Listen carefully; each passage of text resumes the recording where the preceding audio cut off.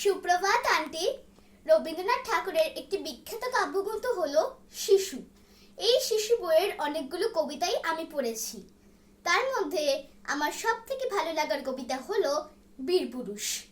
কবিতাটিতে একটি মনোমুগ্ধকর ছন্দ এবং একটি সাহসিকতার গল্প আছে। এখানে এক পুত্র তার মাকে নিয়ে একটি অবিস্মরণীয় বিদেশ যাত্রা যায়। কবিতায় শিশুটির মা পালকিতে চড়ে এবং তার পাশে তার পুত্র ঘোড়ায় চড়ে টপ বগিয়ে ধুলো উড়িয়ে বীরপুরুষের মতো এগিয়ে চলেছে। সামনে চলার পথ বাধা বিপত্তিতে ভরপুর, কাঁটাযুক্ত মাঠ, ঝোড়ো পথ, রাতের অন্ধকার এবং ডাকাত দলের আক্রমণ। কিন্তু ছেলেটি অবিচল থাকে, তার মাকে সান্ত্বনা দেয় এবং আশ্বস্ত করে যে সে থাকতে তার মায়ের কোনো ভয় নেই। বিপদের মুখে ছেলেটি সাহসিকতার সাথে তার মাকে রক্ষা করে।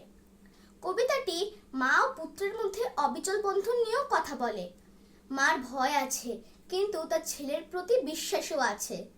যখন ছেলেটি সাহস করে তার মায়ের নিরাপত্তার জন্য ডাকাত দলের বিরুদ্ধে লড়াই করে, তখন এটি আমার কল্পনা শক্তিকে উজ্জীবিত করে দূরের দেশে নিয়ে যায় এবং বিস্ময় ও উত্তেজনার অনুভূতি জাগিয়ে তোলে। সর্বোপরি এই কবিতার মাধ্যমে সাহস ও ভালোবাসার উদাহরণ দেখেছি। এটি আমাদের জীবনে আশার আলো এবং উৎসাহ দেয়, যা জীবনের সমস্যা সমাধানের প্রেরণা দেয়। তাই বীরপুরুষ কবিতাটি আমার খুবই প্রিয়। ধন্যবাদ।